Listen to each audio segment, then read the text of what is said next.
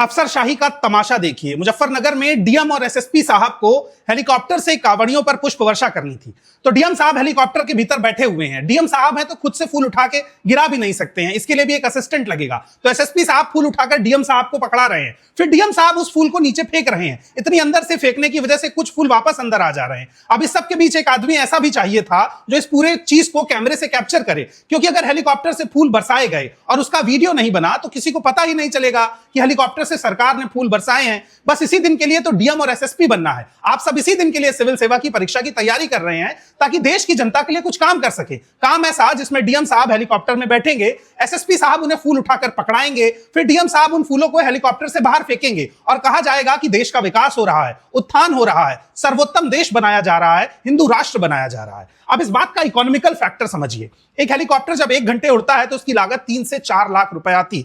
इस पूरे सेशन के दौरान सरकार ने लगभग 10 से 12 घंटे हेलीकॉप्टर्स के जरिए अलग अलग दिन पुष्प वर्षा अलग अलग शहरों में कराई है। इसका टोटल बजट जोड़ें तो अनुमानित तौर पर 35 से 40 लाख रुपए इस प्रोपेगेंडा में खर्च किया जाएगा। ये फूल भी गंदगी बनकर ही नदी में गिरेंगे, नालों में गिरेंगे, सड़क पर गिरेंगे, लेकिन कांवड़ियों को इससे क्या फायदा होगा? आप अपने घर से निकलेंगे धर्म के नाम पर, काम के नाम पर, लेकिन सरकार आपको सुविधा देने की बजाय फूल बरसाकर आपकी सुविधाओं से किनारा कर लेगी। यही कुंभ में भी हुआ था, जो सैकड़ों लोग गुमशुदा हो गए, जिनकी लाशें भी नहीं मिली, उन पर भी फूल बरसाए गए थे। तो फूल बरसाना बंद किया जाए, अफसरशाही की इस लंगोट प्रक्रिया को रोका जाए ताकि अफसर जमीन पर उतरकर लोगों के बीच में काम करें, हेलीकॉप्टर से फूल ना बरसाते रहे और हमें फूल बनाए भी ना।